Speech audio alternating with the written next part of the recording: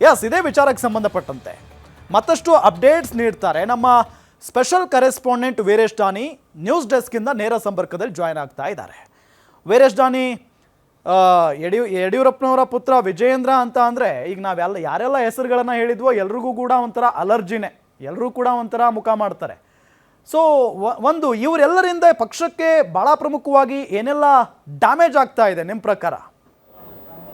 Ram, BJP ಪಕ್ಷ ಅಂತಂದರೆ ನಾವು ಶಿಸ್ತಿನ ಪಕ್ಷ ಅಂತ ಕರಿತೀವಿ. ಆದರೆ ರಾಜ್ಯ ಬಿಜೆಪಿಯಲ್ಲಿ ಈಗ ಸದ್ಯಕ್ಕೆ ವಲಸಿಗರೇ ಕಾಟವೇ ಭಾಳಷ್ಟು ಜೋರಾಗಿರುವಂಥದ್ದು. ಆ ವಲಸಿಗ ಪಕ್ಷದಿಂದ ಬಂದಂಥವರು ವಿಶೇಷವಾಗಿ ಕಾಂಗ್ರೆಸ್ಸಿಂದ ಆಗಿರ್ಬೋದು ಮತ್ತು JDSನಿಂದ ಕಳೆದ ವಿಧಾನಸಭೆ ಚುನಾವಣೆ ಆಗಿರ್ಬೋದು ಮತ್ತು ಈ ಹಿಂದೆ ಏನು ಬಿಜೆಪಿ ಸರ್ಕಾರ ಬರುವಂಥ ಸಂದರ್ಭದಲ್ಲಿ ಕಾಂಗ್ರೆಸ್ ಮತ್ತು JDSನಿಂದ ಬಂದಂಥ ಶಾಸಕರುಗಳಾಗಿರುವಂಥವರು, ಇವರಿಂದ ಸಾಕಷ್ಟು ಬಿಜೆಪಿಗೆ ಮುಜುಗರ ಆಗ್ತಾ ಇರುವಂಥದ್ದು. ಇವರನ್ನ ಒಪ್ಕೊಳ್ಳಿಕ್ಕೂ ಆಗ್ತಾ ಇಲ್ಲ, ಅಥವಾ ಪಕ್ಷದಿಂದ ಹೊರ ಹಾಕ್ಲಿಕ್ಕೂ ಆಗಲಾರದಂಥ ಸ್ಥಿತಿ ಇವತ್ತು ಬಿಜೆಪಿಗೆ ಬಂದಿರುವಂಥದ್ದು. ಅದರಲ್ಲಿ ನಾವು ಮೊದಲಿಗೆ ನೋಡೋದಾದ್ರೆ ರಾಜರಾಜೇಶ್ವರಿ ನಗರದ ಶಾಸಕರಾಗಿರ್ತಕ್ಕಂಥ ಮುನಿರತ್ನ ಅವರ ವಿರುದ್ಧವಾಗಿ ಏನು ಜಾತಿ ನಿಂದನೆ ಪ್ರಕರಣ ದಾಖಲಾಗಿರುವಂಥದ್ದು ಮತ್ತು ಅತ್ಯಾಚಾರ ಪ್ರಕರಣ ದಾಖಲಾಗಿರುವಂಥದ್ದು ಮತ್ತು ಏಡ್ಸ್ ಇಂಜೆಕ್ಷನ್ ಅನ್ನು ಕೊಟ್ಟರು ಅನ್ನೋ ಒಂದು ಆರೋಪ ಏನಿದೆ, ಈ ಆರೋಪಗಳಿಂದ ಬಿಜೆಪಿಗೆ ರಾಜ್ಯ ಅಷ್ಟೇ ಅಲ್ಲ ರಾಷ್ಟ್ರೀಯ ಮಟ್ಟದಲ್ಲೂ ಸಹ ಬಹುದೊಡ್ಡದಾದಂಥ ಡ್ಯಾಮೇಜ್ ಆಗ್ತಾ ಇರುವಂಥದ್ದು. ಹೀಗಾಗಿ ಮುನಿರತ್ನ ಅವರ ವಿರುದ್ಧವಾಗಿ ಅವರನ್ನ ಇದೀಗ ಪಕ್ಷದ ನಾಯಕರುಗಳು ಅವರನ್ನ ದೂರ ಇಟ್ಟರೂ ಸಹ, ಆದರೆ ಅವರನ್ನ ಪಕ್ಷದಿಂದ ಹೊರ ಹಾಕಲಿಕ್ಕೆ ಆಗಲಾರದಂಥ ಪರಿಸ್ಥಿತಿ ಬಂದಿರುವಂಥದ್ದು.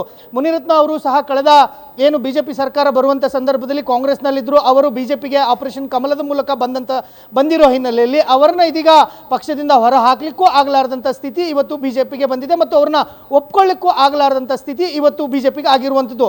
ಇದಾದ ಬಳಿಕ ನಾವು ನೋಡೋದಾದ್ರೆ ಬೈರತಿ ಬಸವರಾಜು ಇವರು ಸಹ ಕಳೆದ ಏನು ಸರ್ಕಾರ ಬಿಜೆಪಿ ಸರ್ಕಾರ ಅಧಿಕಾರಕ್ಕೆ ಬರುವಂಥ ಸಂದರ್ಭದಲ್ಲಿ ಇವರು ಸಹ 17 ಶಾಸಕರ ಪೈಕಿ ಇವರು ಸಹ ಪ್ರಮುಖವಾಗಿದ್ದಂಥವ್ರು. CM ಸಿದ್ದರಾಮಯ್ಯನವರಿಗೆ ಬಹಳಷ್ಟು ಆಪ್ತರಾಗಿದ್ದರೂ ಸಹ ಅವತ್ತು ಆಪರೇಷನ್ ಕಮಲಕ್ಕೆ ಒಳಗಾಗಿ ಇವರು ಬಿಜೆಪಿಗೆ ಬಂದು ಬಿಜೆಪಿ ಸರ್ಕಾರ ಅಧಿಕಾರಕ್ಕೆ ಬರಲಿಕ್ಕೆ ಕಾರಣರಾದಂಥವ್ರು. ಇವರ ವಿರುದ್ಧ ಇವತ್ತು ಕೊಲೆ ಆರೋಪ ಬಂದಿರುವಂಥದ್ದು. ಬಿಕ್ಲು ಶಿವ ಏನಿದ್ದಾನೆ, ಇವನ ಕೊಲೆ ಆರೋಪ ಪ್ರಕರಣದಲ್ಲಿ ಇವರು ಇವತ್ತು 5ನೇ ಆರೋಪಿಯಾಗಿದ್ದಾರೆ. ಇವರು ಬಂಧನ ಆದರೆ ಬಿಜೆಪಿಗೆ ಬಹುದೊಡ್ಡದಾದಂಥ ಏನು ಡ್ಯಾಮೇಜ್ ಆಗುವಂಥ ಸಾಧ್ಯತೆಗಳು ಇರುವಂಥದ್ದು. ಇದು ಕಾಂಗ್ರೆಸ್ಗೆ ಬಹುದೊಡ್ಡದ ಅಸ್ತ್ರ ಆಗುತ್ತೆ. ಹೀಗಾಗಿನೇ ಇದೀಗ ಬೈರತಿ ಬಸವರಾಜ್ ಅವರ ವಿಚಾರದಲ್ಲೂ ಸಹ ಬಿಜೆಪಿ ಹೈಕಮಾಂಡ್ ಮಟ್ಟದಲ್ಲೂ ಸಹ ಚರ್ಚೆ ಆಗ್ತಾ ಇರುವಂಥದ್ದು. ಹೀಗಾಗಿ ಇವರೂ ಸಹ ವಲಸಿಗರಾಗಿರೋದ್ರಿಂದ ಇವರಿಂದನೂ ಸಹ ಬಿಜೆಪಿಗೆ ಡ್ಯಾಮೇಜ್ ಆಗ್ತಾ ಇರೋದು ಸ್ಪಷ್ಟವಾಗಿ ಕಂಡು ಬರ್ತಾ ಇರುವಂಥದ್ದು.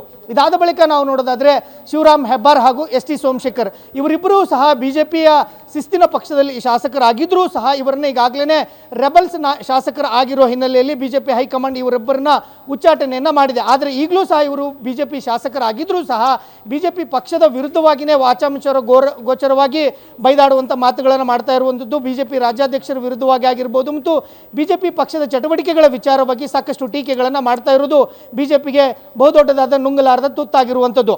ಇದಾದ ಬಳಿಕ ನಾವು ನೋಡೋದಾದ್ರೆ ರಮೇಶ್ ಜಾರಕಿಹೊಳಿ ಅವರು ಇವರು ಸಹ ಕಳೆದ ಏನು ಬಿಜೆಪಿ ಸರ್ಕಾರ ಅಧಿಕಾರಕ್ಕೆ ಬರುವಂಥ ಸಂದರ್ಭದಲ್ಲಿ ಆಪರೇಷನ್ ಕಮಲಕ್ಕೆ ಒಳಗಾಗಿ ಇವರು ಸಹ ಬಿಜೆಪಿ ಸರ್ಕಾರ ಬರಲಿಕ್ಕೆ ಬಹುದೊಡ್ಡದಾದಂಥ ಕಾಣಿಕೆಯನ್ನು ಕೊಟ್ಟಂಥವ್ರು. ಇವರಿಂದಲೂ ಸಹ ಇದೀಗ ಬಿಜೆಪಿಗೆ ಬಹುದೊಡ್ಡದಾದಂಥ ಡ್ಯಾಮೇಜ್ ಆಗ್ತಾ ಇರೋದು ಸ್ಪಷ್ಟವಾಗಿ ಕಂಡು ಬರ್ತಾ ಇರುವಂಥದ್ದು. ಯಾಕಂತಂದರೆ ರಮೇಶ್ ಜಾರಕಿಹೊಳಿ ಅವರು ಇದೀಗ ಭಿನ್ನ ಬಣದ ಶಾಸಕರ ಗುರುತಿನಲ್ಲಿ ಗುರುತಿಸಿಕೊಂಡಿರುವಂಥದ್ದು. ಯತ್ನಾಳ್ ಅವರ ಜೊತೆಗೇ ಭಿನ್ನಮತೀಯ ಚಟುವಟಿಕೆಗಳನ್ನು ಆರಂಭಿಸಿ ಅದಾದ ಬಳಿಕ ಯತ್ನಾಳ್ ಅವರು ಹೊರ ಹೋಗಿದ್ರೂ ಸಹ ಸೈಲೆಂಟ್ ಆಗದೇ ಇದೀಗ ರಮೇಶ್ ಜಾರಕಿಹೊಳಿ ಅವರು ಭಿನ್ನರ ತಂಡದಲ್ಲೇ ಇದ್ಕೊಂಡು ಭಿನ್ನರ ತಂಡವನ್ನು ಮುನ್ನಡೆಸ್ತಾ ಇದ್ದಾರೆ. ಹೀಗಾಗಿ ಬಿಜೆಪಿಗೆ ಒಂದು ಕಡೆ ಇವರ ವಿರುದ್ಧವಾಗಿ ಕ್ರಮವನ್ನು ಕೈಗೊಳ್ಳಲಿಕ್ಕೆ ಆಗ್ತಾ ಇಲ್ಲ ಮತ್ತು ಇವರನ್ನು ಸಮಾಧಾನ ಪಡಿಸಲಿಕ್ಕೂ ಆಗಲಾರದಂಥ ಸ್ಥಿತಿ ಇವತ್ತು ಬಿಜೆಪಿಗೆ ಬಂದಿರುವಂಥದ್ದು.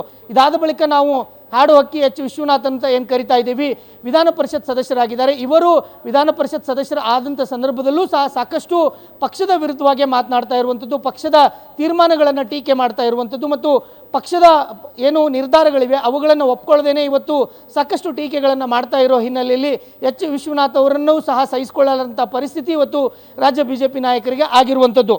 ಮಹೇಶ್ ಕುಮಟಳ್ಳಿ ಇವರು ಸದ್ಯಕ್ಕೆ ಈಗ ಕಳೆದ ವಿಧಾನಸಭೆ ಚುನಾವಣೆಯಲ್ಲಿ ಸೋತಿರಬಹುದು, ಬಿಜೆಪಿಯಲ್ಲೇ ಮಾಜಿ ಶಾಸಕರಾಗಿದ್ದಾರೆ. ಇವರನ್ನೂ ಸಹ ಇವತ್ತು ಬಿಜೆಪಿ ಪಕ್ಷಕ್ಕೆ ಇವರಿಂದನೂ ಸಹ ಡ್ಯಾಮೇಜ್ ಆಗ್ತಾ ಇರುವಂಥದ್ದು. ಮಹೇಶ್ ಕುಮಟಳ್ಳಿ ಅವರು ರಮೇಶ್ ಜಾರಕಿಹೊಳಿ ಅವರ ಪರಮಾಪ್ತರು ಮತ್ತು ಅವರ ಬಲಗೈ ಬಂಟರಾಗಿ ಗುರುತಿಸಿಕೊಂಡಿರುವಂಥದ್ದು. ಹೀಗಾಗಿ ರಮೇಶ್ ಜಾರಕಿಹೊಳಿ ಅವರ ನಿರ್ಧಾರ ಏನಾಗಿರುತ್ತೆ ಅದೇ ನಿರ್ಧಾರ ಮಹೇಶ್ ಕುಮಟಳ್ಳಿ ಅವ್ರದ್ದು ಆಗಿರುತ್ತೆ. ಹೀಗಾಗಿ ಮಹೇಶ್ ಕುಮಟಳ್ಳಿ ಅವರಿಂದಲೂ ಸಹ ಬಿಜೆಪಿಗೆ ಇದೀಗ ಡ್ಯಾಮೇಜ್ ಆಗ್ತಾ ಇದೆ. ಇವರ ವಿರುದ್ಧವೂ ಸಹ ಕ್ರಮವನ್ನು ಕೈಗೊಳ್ಳಲಾರದಂಥ ಸ್ಥಿತಿ ಇವತ್ತು ಬಿಜೆಪಿಗೆ ಬಂದಿರುವಂಥದ್ದು. ಇದಾದ ಬಳಿಕ ನಾವು ನೋಡೋದಾದರೆ ಕುಮಾರ್ ಬಂಗಾರಪ್ಪರು ಸಹ ಏನು ಮಾಜಿ ಸಚಿವರಾಗಿರುವಂಥವರು ಇವರು ಸಹ ಇದೀಗ ಬಿಜೆಪಿಯ ಭಿನ್ನರ ಬಣದಲ್ಲಿ ಗುರುತಿಸಿಕೊಂಡು ಬಿಜೆಪಿಯ ಏನು ನಿರ್ಧಾರಗಳಿವೆ ಅವುಗಳನ್ನು ಸಹ ವಿರೋಧ ಮಾಡುವಂಥ ಸ್ಥಿತಿಗೆ ಬಂದಿದ್ದಾರೆ. ಹೀಗಾಗಿ ಕುಮಾರ್ ಬಂಗಾರಪ್ಪನವರಿಂದಲೂ ಸಹ ಪಕ್ಷಕ್ಕೆ ಡ್ಯಾಮೇಜ್ ಆಗ್ತಾ ಇದೆ. ಹೀಗಾಗಿ ಇವರ ವಿರುದ್ಧವೂ ಸಹ ಕ್ರಮವನ್ನು ಕೈಗೊಳ್ಳಕ್ಕೆ ಆಗಲಾರದಂಥ ಸ್ಥಿತಿಯಲ್ಲಿ ಇವತ್ತು BJP ಬಂದಿರುವಂಥದ್ದು. ಕೊನೆಯದಾಗಿ ನಾವು ನೋಡೋದಾದರೆ ಸುಧಾಕರ್ ಸಹ ಕಳೆದ BJP ಸರ್ಕಾರ ಅಧಿಕಾರಕ್ಕೆ ಬರುವಂಥ ಸಂದರ್ಭದಲ್ಲಿ ಆಪರೇಷನ್ ಕಮಲಕ್ಕೆ ಒಳಗಾಗಿ ಇವರೂ ಸಹ ಸರ್ಕಾರವನ್ನು ತರಲಿಕ್ಕೆ ಸಾಕಷ್ಟು ಶ್ರಮ ವಹಿಸಿದ್ರು. ಕಳೆದ ವಿಧಾನಸಭೆ ಚುನಾವಣೆಯಲ್ಲಿ ಇವರು ಸೋತು ಇದೀಗ ಸಂಸದರಾಗಿದ್ದಾರೆ. ಆದರೂ ಸಹ ರಾಜ್ಯ BJP ಅಧ್ಯಕ್ಷರ ಬದಲಾವಣೆ ವಿಚಾರದಲ್ಲಿ ಪದೇ ಪದೇ ಹೇಳಿಕೆಗಳನ್ನು ಕೊಡ್ತಾ ಇರುವಂಥದ್ದು. ಅದಾದ ಬಳಿಕ ಇತ್ತೀಚೆಗೆ ಕೆಲ ತಿಂಗಳ ಹಿಂದೆ ಅವರೊಂದು ಹೇಳಿಕೆಗಳನ್ನು ಕೊಟ್ಟಿದ್ದರು. ನಾನು BJPಗೆ ಬಂದು ಬಹು ದೊಡ್ಡದಾದಂಥ ತಪ್ಪನ್ನು ಮಾಡಿದ್ದೆ. CM ಸಿದ್ದರಾಮಯ್ಯನವರು ಅವತ್ತೇ ಹೇಳಿದರು ನನಗೆ, ನೀನು BJPಗೆ ಹೋದರೆ ಸಮಾಧಿ ಆಗ್ತೀಯಾ ಅನ್ನೋ ಒಂದು ಮಾತನ್ನು ಸಹ ಅವರು ಹೇಳೋದ್ರ ಮೂಲಕ ನಾನು BJPಗೆ ಬಂದು ತಪ್ಪು ಮಾಡಿದೆ ಅಂತ ಹೇಳಿ ಇವತ್ತು BJP ಸಂಸದರೇ ಹೇಳ್ತಾ ಇರುವಂಥದ್ದು. ಹೀಗಾಗಿ BJP ಪಕ್ಷಕ್ಕೆ ಏನು ವಲಸಿಗ ಪಕ್ಷದಿಂದ ಬಂದಿರುವಂಥದ್ದು, ಕಾಂಗ್ರೆಸ್ ಆಗಿರ್ಬೋದು, JDSನಿಂದ ಬಂದಂಥ ನಾಯಕರುಗಳಿಂದನೇ ಇವತ್ತು BJPಗೆ ಬಹುದೊಡ್ಡದಾದಂಥ ಡ್ಯಾಮೇಜ್ ಆಗ್ತಾ ಇರೋದು ಸ್ಪಷ್ಟವಾಗಿ ಕಂಡು ಬರ್ತಾ ಇರುವಂಥದ್ದು. Ram. Yes thank you Veeresh Dani ತಮ್ಮೆಲ್ಲ ಮಾಹಿತಿಗಾಗಿ. ಮತ್ತಷ್ಟು ಅಪ್ಡೇಟ್ಸ್ ಕೊಡ್ತಾ ಹೋಗ್ತೀವಿ. ಭಾಳ ಪ್ರಮುಖವಾಗಿ ಈಗ BJP ಆಯಿತು, BJPಯಲ್ಲಿ ವಲಸೆ ಬಂದಿರುವಂಥ ನಾಯಕರ ಕತೆ ಆಯಿತು. ಕಾಂಗ್ರೆಸ್ನಲ್ಲೇನು ಸುಮ್ಮನೆನಾ? ಕಾಂಗ್ರೆಸ್ಗೆ ವಲಸೆ ಬಂದಿರುವಂಥ ನಾಯಕರ ಕಾಟ ಎಷ್ಟು ಜಾಸ್ತಿ ಆಗಿದೆ ಅಂತ ಅಂದರೆ, ಒಂದು ಹಂತಕ್ಕೆ CM ಸಿದ್ದರಾಮಯ್ಯನವ್ರಿಗೂ ಕೂಡ ಮಾತಾಡ್ತಾರೆ, DCM DK ಶಿವಕುಮಾರ್ ಅವ್ರ ಬಗ್ಗೆನೂ ಮಾತಾಡ್ತಾರೆ, ಭ್ರಷ್ಟಾಚಾರದ ಸ್ವಪಕ್ಷದಲ್ಲೇ ನಡೀತಾ ಇರುವಂಥ ಭ್ರಷ್ಟಾಚಾರದ ಬಗ್ಗೆ ಮಾತಾಡಲಿ, ಅದರಲ್ಲಿ ತಪ್ಪೇನೂ ಇಲ್ಲ. ಆದರೆ ಒಂದಿಷ್ಟು ವಿಚಾರಗಳಿಂದ ಪಕ್ಷಕ್ಕೆ ದೊಡ್ಡ ಮಟ್ಟದ ಡ್ಯಾಮೇಜ್ ಆಗ್ತಾ ಇದೆ. ಹಾಗಾಗಿ ಕಾಂಗ್ರೆಸ್ನಲ್ಲಿರುವಂಥ ವಲಸೆ ಬಂದ ಶಾಸಕರು, ನಾಯಕರುಗಳು ಯಾರ್ಯಾರು, ಅವರು ಏನು ಮಾತಾಡ್ತಾ ಇದ್ದಾರೆ, ಅವರು ಯಾವ ರೀತಿಯಾಗಿ ಎಫೆಕ್ಟ್ ಆಗ್ತಾ ಇದೆ ಅವರಿಂದ ಕಾಂಗ್ರೆಸ್ಗೆ ಅನ್ನೋದನ್ನು ಹೇಳ್ತಾ ಹೋಗ್ತೀವಿ.